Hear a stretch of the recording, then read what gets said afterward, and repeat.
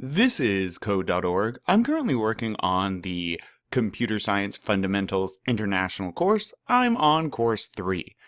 And the lesson is the maze. Can you solve this puzzle using the fewest number of blocks possible? So we have one block on the board in the workspace, and we can only use 6. Alright, so if we can only use 6, I'm guessing if I put a whole bunch of move forwards here, it's not even going to get me that far. This is a huge area. Let's see.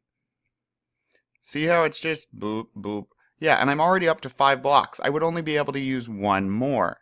So, what I could try is make myself move forward in a faster way.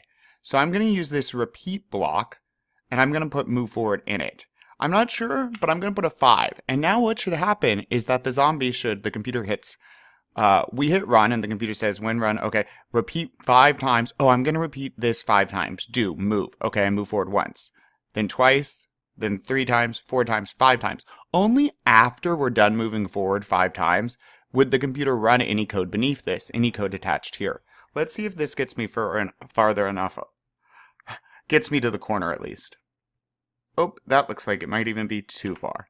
And then once we move forward 4 times, I think I'm going to want to turn right. And so I can just put that here. And this isn't in the repeat block, so it should only move right once.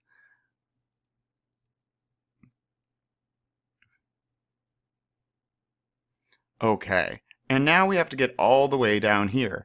I think we're going to have to use another repeat, and we can do this because it's a separate block.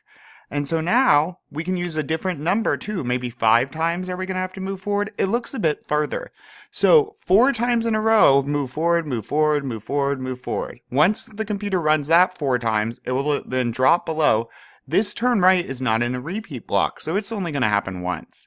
Once we turn right, we should then move forward, move forward, move forward, move forward 5 times. Let's see if this is enough.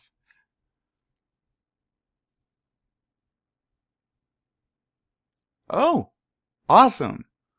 Onward.